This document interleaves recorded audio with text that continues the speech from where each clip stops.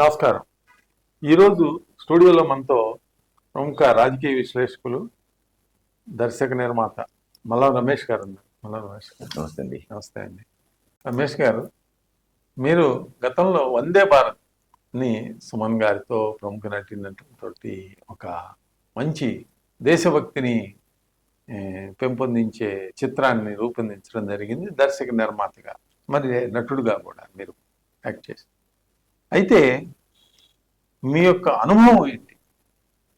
ఇప్పుడు చిత్ర నిర్మాణాలు, మీరు చిత్ర నిర్మాణం చేసిన సమయంలో చిత్ర నిర్మాణాలు అధికంగా జరుగుతూ ఉన్నాయి. ప్రస్తుతం సినిమా ఇండస్ట్రీలో సినిమా తీసేవారే లేరు, సినిమా తీసేవాళ్ళే లేరు. టెక్నీషియన్స్ అందరూ కూడా ఖాళీగా ఉన్నారు, యాక్టర్స్ ఖాళీగా ఉన్నారు.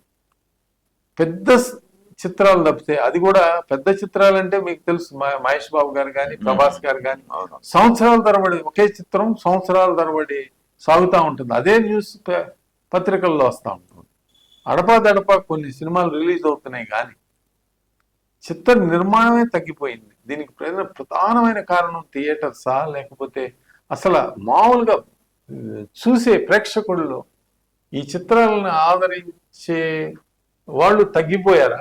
ఎందుకంటే కాంటెంట్ అనేది వేరే విధమైన రూపం సంతరించుకుందా? షార్ట్ రీల్స్ కానీ, మైక్రో వీడియోస్ కానీ. అలా ఫస్ట్ సినిమా అనేది హయ్యెస్ట్. ఒకప్పుడు ముఖ్యమంత్రి వచ్చినా కూడా సినిమా యాక్టర్ని చూసేవాళ్ళు తప్ప ముఖ్యమంత్రిని చూసేవాళ్ళు కాదు.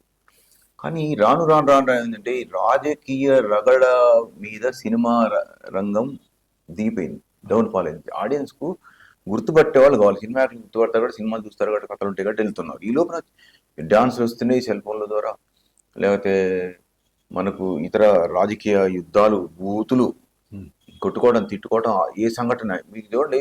సినిమా ఒకటే కాదు, న్యూస్ పేపర్ కూడా తగ్గిపోయింది, రీడింగ్ తగ్గింది. ఎందుకంటే సెల్ ఫోన్లో రేపు పొద్దున వచ్చే న్యూస్ ఏదైతే పేపర్లో ఎడిటింగ్ వస్తుందో అది ఇప్పుడు తెలిసిపోతుంది మనకు. తెలుసు.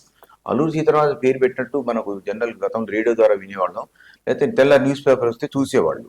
కానీ ఇప్పుడు ఆడ పెట్టగానే ఇక్కడ తెలిసిపోతుంది లైవ్. అందువల్ల ఏమైందంటే మీడియాలు, అన్ని రకాల మీడియాలు పెరగటము, అశ్లీలత కావచ్చు, ఎంటర్టైన్మెంట్ కావచ్చు, జోడించి పెంచటము, ఇవన్నీ ఒక ఎత్తు అయితే మనం ఒక ప్రామాణికంగా తీసుకోవాలనుకుంటే సార్, స్వతంత్రం వచ్చిన తర్వాత స్వతంత్రం రాకముందు అన్నట్టుగానే, తెలంగాణ వచ్చిన తర్వాత తెలంగాణ రాకముందు అన్నట్టుగానే, కరోనాకు ముందు కరోనాకు తర్వాత అని తీసుకోవాలి. నేను షూటింగ్ చేసేది కరోనాకు ముందు ప్లాన్ చేసుకున్నా, అప్పుడు సినిమాలు పర్వాలేదు. కరోనా తర్వాత ఏంటంటే ఈ ఆగిపోయిన సినిమాలు వేగవంతంగా తీశారు తప్ప, కరోనా తర్వాత అవి ఆడే తప్ప, ఆ క్రమంలో ఈ రాజకీయ నాయకులు విజృంభణలు, తప్పుల్ని పెరిగి, గొడవలు పెరిగి, ఈ సినిమాను చూడాల్సిన అవసరం ఇప్పుడు అక్కడే సినిమాలు చూస్తాం. ఆ క్రమంలో రాను రాను జనం తగ్గటం, పైరసీ కూడా ఆ మధ్యలో బాగా ఎక్కువైపోయింది. డైరెక్ట్ గా వాడిని దొరికించుకున్నారు కదా, చాలా తప్పు. కొంతమంది తెలిసి తెలియక మాకు వాడిని ఎందుకు పట్టియాలి, మాకు తక్కువ రేట్లు సినిమా చూపిస్తున్నారు అని రాంగ్ ట్రాక్ ఉంటారు జనం. అంటే పైరసీ, యూట్యూబ్లు, ఓటీటీలు తర్వాత ఇన్ని రకాల ముందు సినిమా రంగం ఓడిపోయింది. జనం ఒకప్పుడు వాళ్ళు ఒక 1000 మంది యావరేజ్ చేసుకోండి సార్, 800 ఉండొచ్చు, 1200 ఉండొచ్చు, కానీ యావరేజ్ 1000 చేసుకోండి. నీ 1000 మంది ఒకప్పుడు ఇండియా వాళ్ళు టికెట్ దొరికే కావు. ఇప్పుడు ఓటీటీలు రావడంతో పాటు ఇతర మాధ్యమాల ద్వారా ఎప్పుడైతే ఎక్కువైపోయినాయో జనం థియేటర్కు రాకపోవటం. ఎప్పుడైతే జనం థియేటర్ రారు, ఇక సినిమా అనుభవం తీయరు. ఇప్పుడు తీసే సినిమాలన్నీ అనుభవం వాళ్ళు, టాప్ మోస్ట్ స్టార్ ఇమేజ్ వాళ్ళు కొన్ని తీస్తున్నారు. అసలు అనుభవం లేకుండా కొత్తగా కోరిక తీర్చుకున్న కొందరు తీస్తున్నారు. ఇవి నడుస్తున్నాయి. కొత్త వాళ్ళకి జనం రాదు, ఎందుకంటే ప్రచారం చేసుకునే కెపాసిటీ ఉండదు. గతంలో ప్రచారం పేపర్లో పడగానే, పోస్టర్ గానే వచ్చినట్లేరు.